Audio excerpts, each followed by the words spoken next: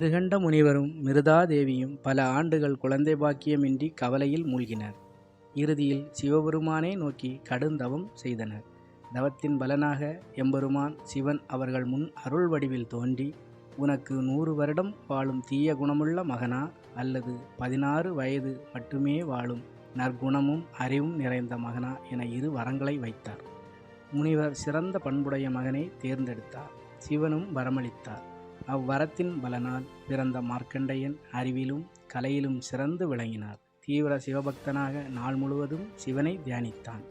16 வயதை நிறைவடைவதற்கான நாளில் யமதர்மன் பாசக்கயிறுடன் வருவதை கண்ட மார்க்கண்டேயன் சிவலிங்கத்தை 2 கரத்தாலும் அணைத்து பிடித்து ஓம் நமச்சிவாய என்று நெஞ்சார ஜெபித்தான்.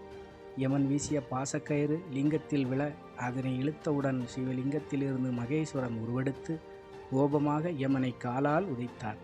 பக்தனின் பக்தியை கண்டு மகிழ்ந்த சிவபெருமான் மார்க்கண்டேயனுக்கு அந்தமில்லா ஆயுள் அருளி மறைந்தார். காலனையே காலால் உதைக்க காரணமான பக்தராக இருந்ததனால் மார்க்கண்டேயனை சில பகுதிகளில் இன்றும் காலசாமி எனும் பெயரால் இன்றும் வழிபட வருகிறார்கள்.